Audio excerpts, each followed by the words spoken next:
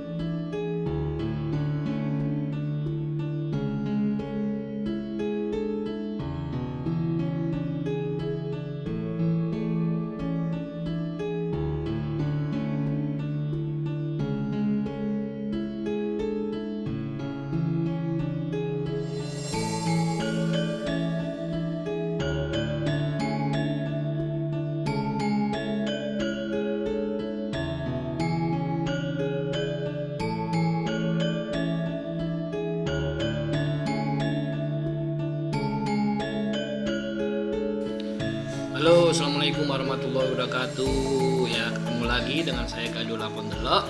Kita melanjutkan episode part 1 dan part 2-nya yang kemarin kita sudah berwisata di air terjunnya, berwisata explore di hilirnya. Sekarang kita akan membahas Gua Ngerangreng dari sudut spiritual.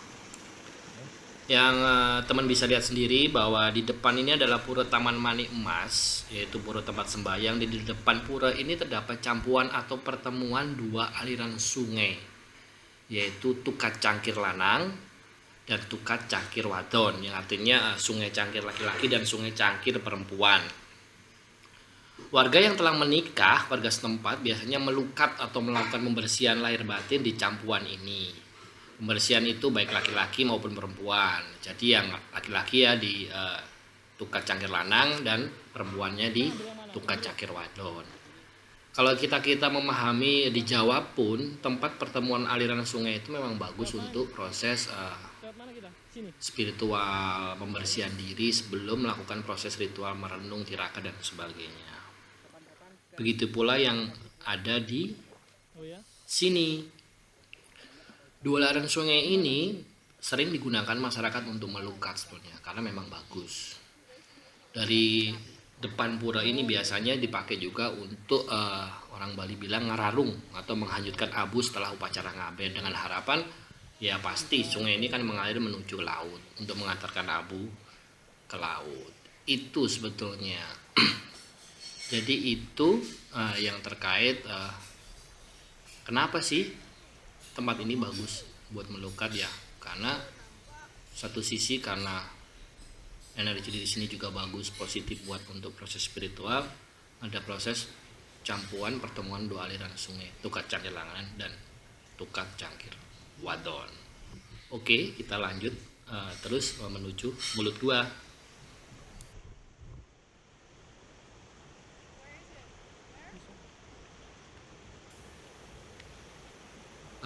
Halo teman-teman, kita sekarang sudah berada di mulut gua dari sisi yang dipakai untuk proses spiritual, proses tirakat kalau orang Jawa, proses melukat, pembersihan diri juga. Setelah tadi kita melihat tempat bertemunya air, disinilah sebetulnya titik di mana orang melakukan proses melukat, proses spiritual itu sendiri. Kalau di episode 1 teman-teman ingat mulut gua, itu ini kita di mulut gua dari sisi hilir atau dari sisi sudut pandang yang satunya. Kalau yang satunya kemarin kita kan di yang part 1 kita melihat yang di sisi hilir, kita ini di hulunya. Jadi proses melukat itu sendiri dimulainya di sini sebetulnya.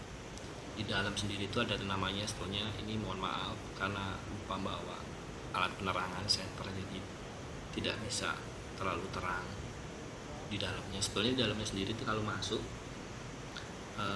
itu ada namanya telaga. Di dalamnya dipakai tempat untuk telaga embeng.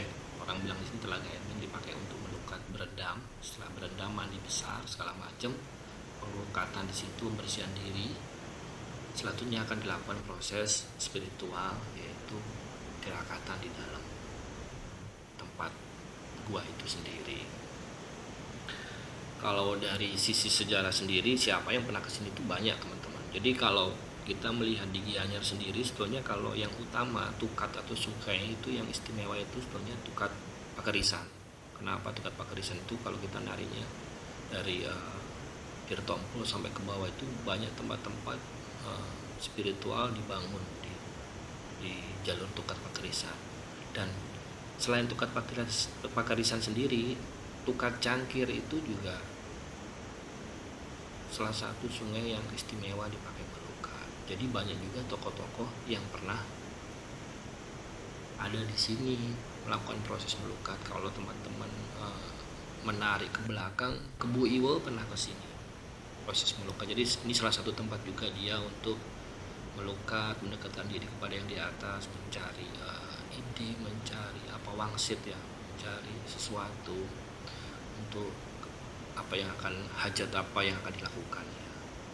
Terus kalau jalur di atasnya lagi, zaman yang Bukuturan pernah ke sini, dan yang di Arte pernah ke sini, Bedanda Bawurawuh kalau teman-teman tahu pernah ke sini.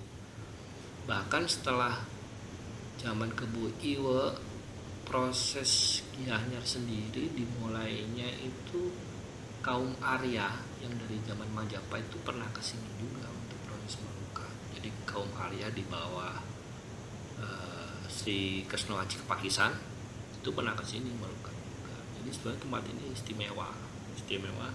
Titik di dalam gua ini istimewa untuk proses melukat, proses tirakat, proses berdoa lah, proses spiritual untuk mencari sesuatu pencerahan. Itu sementara yang bisa saya sampaikan.